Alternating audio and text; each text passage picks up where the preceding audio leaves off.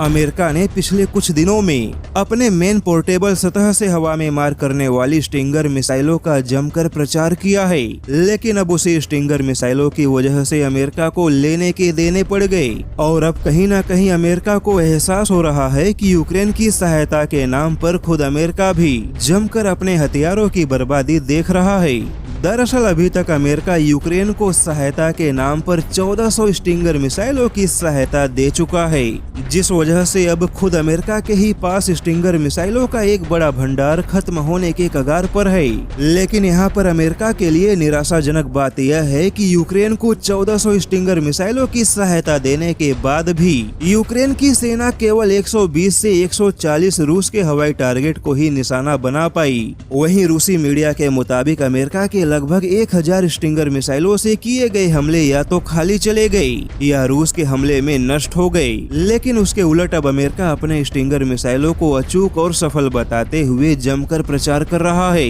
क्योंकि अब खुद अमेरिका ने अपने ही कंपनी रेथियोन टेक्नोलॉजी को लगभग $50 अरब के 1470 स्टिंगर मिसाइलों का नया कॉन्ट्रैक्ट दिया है, ताकि अमेरिका का जो भंडार खाली हो गया उसकी भरपाई की जा सके। लेकिन रूस ने सवाल उठाया है कि अमेरिका की ओर से $50 अरब के स्टिंगर मिसाइलों का नया ऑर्डर देना केवल अमेरिका के अपने हथियार बेचने का एक तरीका है, क्योंकि अमेरिका के नए स्टिंगर मिसाइलों के ऑर्डर कब पूरे होंगे इसे लेकर कोई समय सीमा तय नहीं की गई। ऐसे में रूस ने भारत और बाकी देशों को भी अमेरिका के ऐसे हथियार न खरीदने की सलाह दी है। वहीं रूस का दावा है कि अमेरिका अभी तक यूक्रेन को इतने हथियारों की सहायता दे चुका है कि अब दुनिया भर में फैले अमेरिका के सैन्य ठिकानों पे मैन पोर्टेबल हथियारों की कमी महसूस की जा रही है। यहाँ तक कि रूस का यह भी दावा है कि अमेरिका भले ही अपने हथियारों को बढ़ा चढ़ाकर दिखा रहा है, लेकिन अमेरिका खुद यूक्रेन में अपने हथियारों की बर्बादी से चिंता में है। हालांकि ऐसे में देखा जाए तो यूक्रेन युद्ध में भारत को रूस और अमेरिका दोनों के हथियारों का फर्क अच्छे से समझ में आ रहा है,